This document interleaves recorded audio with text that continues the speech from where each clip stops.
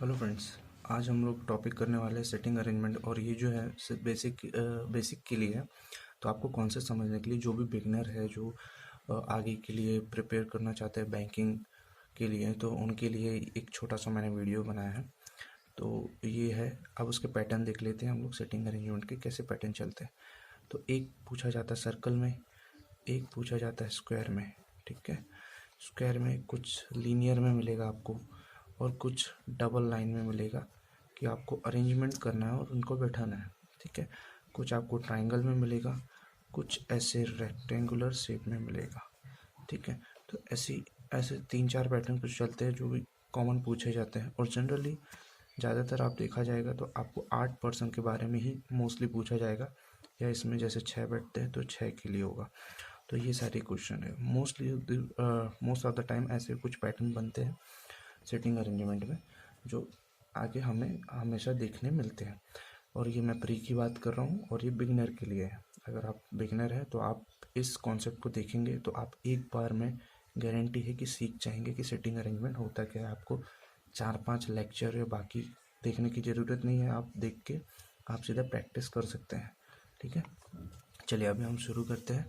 तो ये कुछ पैटर्न्स है जो हमेशा फॉलो हो गए। जैसे कि अब हम आगे बढ़ते हैं हमारे क्वेश्चंस की ओर। चलिए दोस्तों, अब शुरू करते हैं, देखते हैं। अभी ये जो हमारा क्वेश्चन है ये हमारा सर्कल बेस्ड है, तो हमें एक सबसे पहले सर्कल बनाना पड़ेगा। सॉरी, मेरा सर्कल थोड़ा सा ओल बन गया, बट 1 2 3 हमें 8 लोग को बैठाना। 1 2 3 4, ये टोटल हो गए 8। ठीक है। अब बोला गया है क्वेश्चन में कि ये लोग सारे सेंटर में दिख रहे हैं, तो मैंने एरो बना दिया ताकि मुझे कन्फ्यूज़न ना हो। अब जब ये मैंने डायरेक्शन इनको बता दिया, तो आगे क्वेश्चन पढ़ते हैं। क्वेश्चन में लिखा हुआ है कि ये फेसिंग सेंटर ये हमारा हो गया है। अब लिखा है P is third to the left of M। अब देखा है कि M, तो हम क्या करेंगे, सेकंड ऑब्जेक्ट को पकड़ेंगे और वहाँ से हम देखेंगे थर्ड लेफ्ट। ठीक है। थर्ड लेफ्ट हम वहाँ देखेंगे। तो हम क्या करेंगे, पहले सेकंड ऑब्जेक्ट को देखेंगे, तो ये काफ़ी कन्फ्यूज़न नहीं होता, ईजी होता है। जो भी बिगनर है, ये सीरीज बिगनर के लिए। तो मैं यहाँ से बता दूँ, अगर वो ऑब्जेक्ट यहाँ से देखेगा तो उसको थोड़ा सा कंफ्यूज हो जाएगा। तो हमें क्या करना है, सीधा M की वैल्यू रखना है, थर्ड लेफ्ट देखना है, 1 2 3 थर्ड, और P। अब इसमें भी क्या होता है ना, बहुत बार हम यहाँ से काउंट कर देते हैं और यहाँ पे आ जाएगा वैल्यू। ऐसा नहीं करना, यहाँ से 1 2 3, तो यहाँ पे P बैठा दिया। अब जब से P बैठा तो आगे दिया है and second to the right of T। अब वहाँ पे बीच में बोल रहा है M, जो लिखा हुआ है उसमें M भी शामिल है। तो हम ये नहीं कंफ्यूज हो जाएंगे कि वो M की बात कर रहे हैं कि P की बात कर रहे हैं। तो वो P की बात कर रहे हैं। P बैठा है T के राइट साइड में, कौन से, सेकंड राइट पे। तो हमें सबसे पहले T को बैठाना पड़ेगा। तो इसमें काफ़ी लैंग्वेज के बैरियर्स होते हैं, तो जो भी बिगिनर्स हैं, ये चीज़ उनके लिए मैं अगेन रिपीट कर रहा हूँ, ताकि वो उनको सारा कॉन्सेप्ट समझना चाहिए। बाकी आप इससे ये कॉन्सेप्ट समझ गए तो आप बड़े बड़े क्वेश्चन भी बना सकते हैं।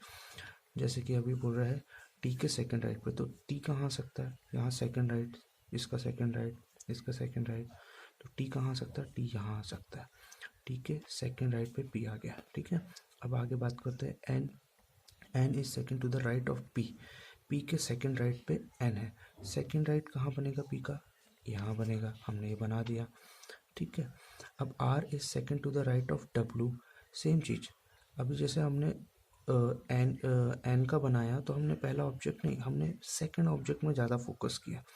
जो सेकंड ऑब्जेक्ट से हमने वो किया, तो सेकंड राइट फटाक से हमने पकड़ लिया। तो ये क्या होता है ना, एग्ज़ाम देते टाइम आपको बहुत हेल्प करेगा, और इससे आपको कन्फ्यूज़न बिल्कुल नहीं होगा, और आपका क्वेश्चन 100% एक्यूरेसी के साथ सही होगा।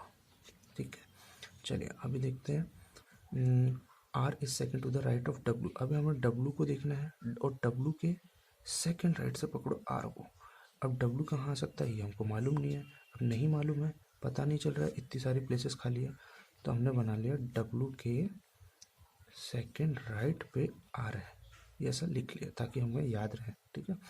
अब W के सेकंड राइट पे, अब आगे क्वेश्चन बोल रहा है कि W who is second to the right of M। अब W, अब हमें कैसे पता चलेगा कि किसकी बात कर रहे हैं, वहाँ पे दो चीज़ें हैं। तो इसमें लैंग्वेज का काफ़ी इशू होता है, जैसे कि मैंने यहाँ पे भी बताया था आपको सेकंड ऑब्जेक्ट में देखो, तो आप यहाँ पे देख सकते हैं जैसे डब्लू के बारे में, और डब्लू के आगे क्या लगा है, हु, मतलब बात किसकी हो रही है, डब्लू की। ये जो भी चीज़ें लिखी है इसका पहला जो पर्सन आएगा उसी के बारे में ही बात हो रही होगी। तो W is second to the right of M, M की बात कर रहा है कि एम के सेकंड राइट पे डब्लू है। तो ऐसा ये क्या है, रीजनिंग जो है ना थोड़ा सा लॉजिकली और ट्रिकी ऐसा वो लोग क्वेश्चन देते कि ताकि इंसान कन्फ्यूजन है, बट इसके हैबिचुअल हो जाएंगे तो आपको आदत हो जाएगी और आपके क्वेश्चन काफ़ी अच्छे होंगे। जैसे एम के सेकंड राइट पे डब्लू है, तो हमने एम के सेकंड राइट पे डब्लू बना दिया। अब जब डब्लू जैसे बना दिया तो अभी हमें ये क्लियर हो गया डब्लू के सेकंड राइट पे आर है, मतलब डब्लू के जो हमने लिख के रखा था ना पहले, तो डब्लू के सेकंड राइट पे आर है, तो हमने आर को यहाँ बना दिया। अब जैसे ही आर को बना दिया तो फिर उसके बाद क्वेश्चन क्या दे रहा है कि F is not an immediately neighbour of P, मतलब एफ यहाँ नेबर नहीं हो सकता पी का, नेबर मतलब पड़ोसी नहीं हो सकता। अब पड़ोसी नहीं हो सकता तो वो पोजीशन कौन सी बची, ये ही बची, तो हमने एफ़ को कहाँ कर दिया, यहाँ कर दिया, ये एफ़ नहीं है, ठीक है। अब देखते हैं कि हमारा हो गया है एम हो गया है, एन हो गया, पी हो गया, आर हो गया, टी हो गया, डब्लू हो गया, एफ हो गया, बचा क्या, एच बचा।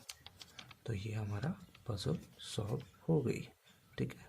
और ये एकदम कम टाइम पे आप कर सकते हो, ये मैं थोड़ा ब्रीफ में बता रहा हूँ इसलिए इतना टाइम आपको कंज्यूम करने मिला। अब देखते हैं, चलिए अभी नेक्स्ट क्वेश्चन क्या बोल रहा है, who is to the immediately right of P, कौन है पी के राइट में, कौन है इमीडिएटली पी के राइट में, कौन है पी के राइट में, कौन है, एच है, तो ऑप्शन एच हो गया। अभी देखते हैं ऑप्शन एच नहीं, एच ए ऑप्शन हो गया, who is to the immediately right of H, H के इमीडिएटली राइट में कौन है, तो एन है, तो हाँ यहाँ पे ऑप्शन में दिख रहा है कहीं, ऑप्शन में कहीं नहीं दिख रहा, तो हमें नन ऑफ दिस कर दिया। अब who is to the immediately left of R, R की इमीडिएटली लेफ्ट में कौन है, आर के इमीडिएटली लेफ्ट में कौन है, आर का ये राइट है, आर का इमीडिएटली लेफ्ट में कौन है, टी, तो हमने ऑप्शन टी पोस्ट करते हैं। हु, अब नेक्स्ट क्वेश्चन बढ़ते हैं, who is third to the right of H, H के थर्ड राइट पे कौन है, एच के थर्ड राइट पे है एफ, तो हमने एफ को टिक कर दिया।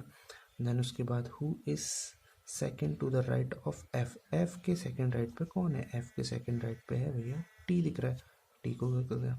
अब ये छठवां क्वेश्चन थोड़ा सा ट्रिकी रहता है, मोस्ट ऑफ द टाइम लोग अगर क्वेश्चन गलत करते हो आप, तो आपको यहाँ पे चीज़ें समझ आ जाती है कि मेरा कहीं ना कहीं कुछ क्वेश्चन गलत हो, जब एग्ज़ाम में बैठते प्रेशर रहता है कुछ चीज़ें गलत लिख देते हैं। तो ये जो क्वेश्चन है ये पक्का 110% 2 या 3 आंसर निकाल के दे रहा है, इसका मतलब आपका क्वेश्चन गलत है अगर ये मैच नहीं करता। जैसे देखिए अभी बोला है कि in which of the following the first person sitting in between the second and the third person, ठीक है। सबसे पहले हमें क्या करना है, एन, फिर एच, फिर एम, सीक्वेंस देखिएगा, एन के लेफ्ट में एच, एच के राइट साइड में एम, ठीक है। फिर पी एच एन, अभी देखना पी एच एन, देखा सीक्वेंस मिला, टी आर पी, ये एक सीक्वेंस समझ में आ रहा है। इसके बाद टी डब्ल्यू एफ, ये एक सीक्वेंस दिख रहा है 3 का, और नन ऑफ दिस। तो ये सारे पैटर्न में सबसे ऑड लगा हमें ये वाला, तो राइट आंसर कौन सा होगा हमारा, ये एन, सॉरी ऑप्शन ए रहेगा, ठीक है। तो ये सारी चीज़ें, लास्ट जो क्वेश्चन रहेगा वो हमेशा बताएगा कि आपका क्वेश्चन सही है या गलत है। अगर आप चाहते हैं कि फटाक से पजल सॉल्व करने के बाद लास्ट में जो क्वेश्चन आता है और हमेशा ही आता है, उस क्वेश्चन में कूदोगे डायरेक्ट, अगर आपके 2 आंसर सही आ रहे हैं इसका मतलब आपका टोटली रॉन्ग है। अगर आपको सही करना है तो आपको वापस से देखना पड़ेगा, अगर आपका ये डायग्राम सही बनता है तो वो क्वेश्चन में आंसर सिंगल ही आता है और वो ट्रू होता है। तो इसलिए ये चीज़ें ध्यान रखिए। ये एक छोटी सी पजल थी जो कि बिगनर के लिए है, जो भी सेटिंग अरेंजमेंट सीख रहे हैं, जो भी जिन्होंने ज्वाइन किया है या फिर चाहते हैं कि उनका ड्रीम है, तो ये उनके लिए है रीजनिंग का, ठीक है। चलिए इस लेक्चर को यहीं समाप्त करते हैं, थैंक यू। अगर आपको वीडियो अच्छा लगा हो तो कृपया लाइक कीजिए, कमेंट कीजिए, सब्सक्राइब कीजिए और ऐसे ही आगे वीडियो देखते रहिए। धन्यवाद।